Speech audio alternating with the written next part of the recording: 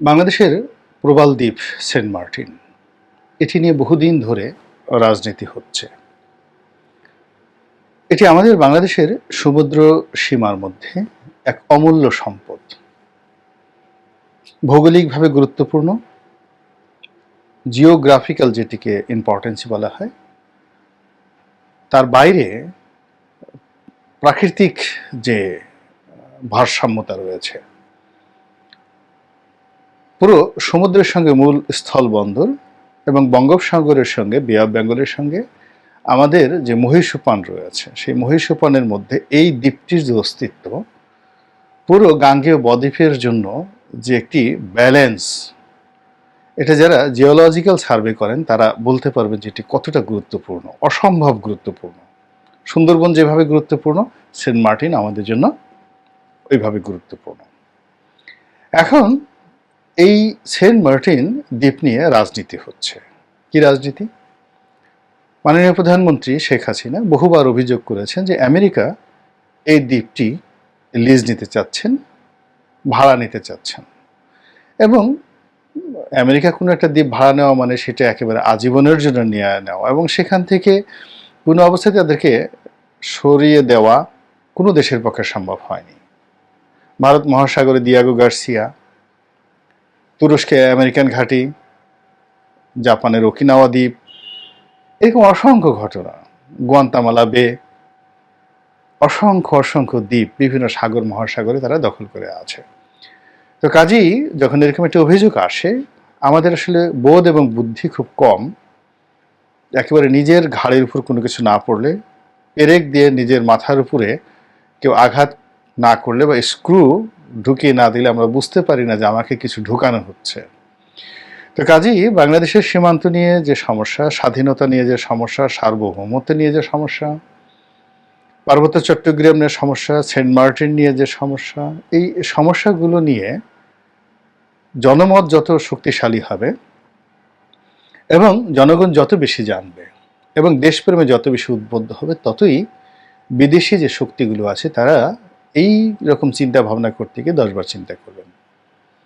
প্রধানমন্ত্রীর অভিযোগ হলো, নির্বাচনের আগে যেটা ছিল, সে অভিযোগ ছিল যে তারা এই সেন্ট মার্টিন দ্বীপ কিনতে চাচ্ছে, নিতে চাচ্ছে, ঘাঁটি করতে চাচ্ছে, আমি সেটা দিচ্ছি না, এজন্য আমার বিরুদ্ধে আমেরিকা চক্রান্ত করছে। ভালো কথা। আমেরিকা বলল যে না, তাদের এই ধরনের কোনো পরিকল্পনা নেই, এই ধরনের কোনো কাজ তারা করেনি, এই ধরনের কোনো কথা তারা বলেনি, তাও ভালো কথা। আমেরিকান যারা লবিস্ট গ্রুপ রয়েছেন বাংলাদেশে, আমেরিকার পক্ষে কথাবার্তা বললেন, তাদের বক্তব্য হলো এই দ্বীপ দিয়ে আমেরিকা কি করবে? এ ছোট্ট একটা দ্বীপ, এখানে তো কোনো নৌবহর আসতে পারবে না। আমেরিকার যে বড় বড় জাহাজগুলো রয়েছে, সেই জাহাজ তো বঙ্গোপসাগরেই ঢুকতে পারে না। বঙ্গোপসাগরে যে স্বাভাবিক গভীরতা রয়েছে, এই গভীরতায় তাদের যে বড় বড় পারমাণবিক চালিত যে সকল জাহাজ রয়েছে, যেখানে কয়েক ডিভিশন শূন্য থাকে, অর্থাৎ কম করে 20,000 ক্রু এবং সৈন্য মিলিয়ে থাকে, রণতরী, এবং সেই রণতরীতে আবার যুদ্ধবিমান, শত যুদ্ধবিমান সেখানে ওঠানামা করতে পারে, এরকম যে জাহাজ, এটি বাংলাদেশের বঙ্গোপসীমানার যে সীমানা আছে, আমাদের বাংলাদেশের সীমানার মধ্যেই তারা ঢুকতে পারবে না। তো এটা দিয়ে কী করবে? তো এরকম কথাবার্তা বলে আমেরিকাকে দেবত্ব দেওয়ার চেষ্টা অনেকে করেছেন। যা হোক, এরপরে যখন নির্বাচন হয়ে গেল, নির্বাচনে আমরা যেটা দেখলাম যে আমেরিকা টু শব্দ করেনি, রা শব্দ করেনি, উহ করেনি, আহ করেনি। আর বিএনপির প্রতি আমেরিকার যে সফট কর্নার ছিল, সেটি উধাও হয়ে গেল। এবং যেভাবে মিস্টার পিটার ডি হাস, বিএনপির একজন অফিস কর্তা বা দপ্তর সম্পাদক রূপে আওয়ামী লীগের লোকজন যারা নিন্দিত হচ্ছিলেন, সেটাও বলা বন্ধ হয়ে গেল, এবং পিটার ডি হাস বাংলাদেশ থেকে চলে গেল, নির্বাচন নির্বিঘ্ন হয়ে গেল। লোকজন বলা বলি শুরু করলো, গোপনে গোপনে, প্রকাশ্যে বলা যাবে না, যে তাহলে কি সেন্ট মার্টিনের ব্যাপারে দফা হয়ে গেল? তো এই সকল কথাবার্তা যখন চুপি চুপি হচ্ছে, ইতিমধ্যে সেই জানুয়ারি থেকে মে মাস পর্যন্ত প্রায় 5 মাস চলে গেল। এই 5 মাস পরে অল অন এ সাডেন সাবেক সেনাপ্রধান আজিজের উপর আমেরিকা একটি নিষেধাজ্ঞা দিয়েছে। এটি ছিল প্রকাশ্য একটি বাধা সরকারের জন্য। আর গোপনে আরো অনেক কিছু আমেরিকা হয়তো করছে, যার প্রেক্ষিতে মাননীয় প্রধানমন্ত্রী দুটো কথা বলেছেন। একটা হলো এই সেন্ট মার্টিন দ্বীপ এখন তিনি আর বিক্রির কথা না বলে বলছেন লিজ দেওয়ার জন্য তার প্রতি চাপ প্রয়োগ করা হচ্ছে, আর তিনি সেটাতে রাজি না হওয়ার কারণেই এই নানা রকম বাধা বিঘ্ন প্রতিবন্ধকতা এটা আমেরিকা সৃষ্টি করে চলেছে। এই হলো মোদ্দা কথা। আরেকটি কথা তিনি বলেছেন, সেটা হলো যে আমাদের পার্বত্য অঞ্চলে এখন যে গন্ডগোল চলছে, এই পুরো পার্বত্য বেল্টকে নিয়ে, তার সঙ্গে সঙ্গে মায়ানমারকে নিয়ে আলাদা একটা খ্রিস্টান রাজ্য লাইক ভ্যাটিকান সিটি কিংবা ইন্দোনেশিয়ার একটা দ্বীপ তারা নিয়ে গেছে পূর্ব তিমুর, এরকম একটা পূর্ব তিমুরের মতো একটা রাজ্য বা একটা স্বতন্ত্র রাষ্ট্র এটি তৈরি করার জন্য তারা চেষ্টা করছে। রাজ্য যদি হয় তাহলে বাংলাদেশকে বলবে যে তুমি এদেরকে স্বায়ত্তশাসন দিয়ে দাও, আর যদি রাষ্ট্র হয় তাহলে ভিন্ন একটা স্বতন্ত্র সত্তা দিয়ে সেখানে একটা রাষ্ট্র তৈরি করা হবে। এরকম একটি অভিযোগ প্রধানমন্ত্রী করেছেন। এটি নিয়ে আলাদা একটা ভিডিও হবে।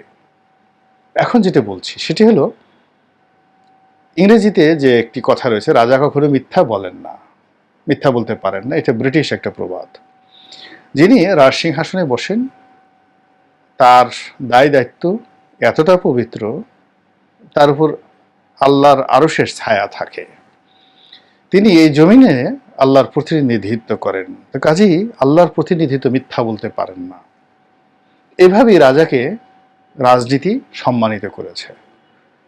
পলিটিক্যাল সায়েন্স, রাজনীতির যে বিজ্ঞান, রাজাকে মহিমান্বিত করেছে যে রাজা কখনো মিথ্যা বলেন না। তো সেই দিক থেকে মাননীয় প্রধানমন্ত্রী মিথ্যা বলেন না, মিথ্যা বলতে পারেন না, এবং তিনি যেটা বলেছেন সত্য, রাজনীতির এই ধ্রুব সত্য আপনাকে মেনে নিতে হবে। আর যদি তিনি সেটি বলে থাকেন এটা তার ব্যক্তিগত ব্যাপার, তিনি রাজনীতিকে কলঙ্কিত করেছেন, রাজনীতির যে পদে বসে আছেন সেটি তার জন্য উপযুক্ত নয়, এবং তিনি আল্লাহর হক নষ্ট করেছেন, বান্দার হক নষ্ট করেছেন যদি তিনি মিথ্যা বলেন। আর স্বাভাবিকভাবে রাজনীতির বিজ্ঞান অনুযায়ী তিনি মিথ্যা বলতে পারেন না। তাহলে ব্যাপারটা হলো যে আমেরিকা এই সেন্ট মার্টিন দ্বীপ নেওয়ার জন্য নির্বাচনের আগে চেষ্টা করেছেন এবং নির্বাচনের পরে আবার নতুন করে শুরু করেছেন। এই চ্যাপ্টারটা আমরা এখানে রেখে দিই। দ্বিতীয় বিষয়টিতে আসি, যদি এটি সত্য হয় তাহলে আমেরিকা বিএনপির নিকটে এই ধরনের প্রস্তাব দিয়েছিল, এবং বিএনপিকে মাঠে নামানো এবং বিএনপিকে মদদ দেওয়া, বিভিন্ন যে অভাব ছিল বিএনপির, যে অভিযোগ ছিল, তো তার মধ্যে আমেরিকার সঙ্গে বিএনপির যে নেগোসিয়েশন, যদি প্রধানমন্ত্রীকে এই কথা বলে থাকে, একইভাবে আমেরিকা হয়তো বিএনপিকে একই কথা বলেছে যে তোমরা যদি ক্ষমতা আসো তাহলে আমাদের লাভ কি, তোমরা কি আমাদেরকে এই সেন্ট মার্টিন দ্বীপ দেবে কিনা। এরকম কথা আদৌ বলেছেন কি বলেননি এটা বড় কথা নয়, বিষয়টা হলো প্রধানমন্ত্রীর কথা যদি সত্য হয় তাহলে তারা একই প্রস্তাব অবশ্যই বিএনপিকে তারা দিয়েছিল। এখন বিএনপি কি সেই প্রস্তাব গ্রহণ করেছিল? অবস্থার দৃষ্টি মনে হচ্ছে গ্রহণ করেনি। গ্রহণ না করার কারণে কি হলো, বিএনপিকে মাঠে নামানো হলো। মাঠে নামানোর পর 28 অক্টোবর 2023 সনে বিএনপিকে একটা ডলা দিয়ে তারপরে শেষে একেবারে বিএনপির শীর্ষ নেতাদেরকে জেলে পাঠিয়ে যে শিক্ষা দেওয়া হলো, সেন্ট মার্টিন না দেওয়ার যে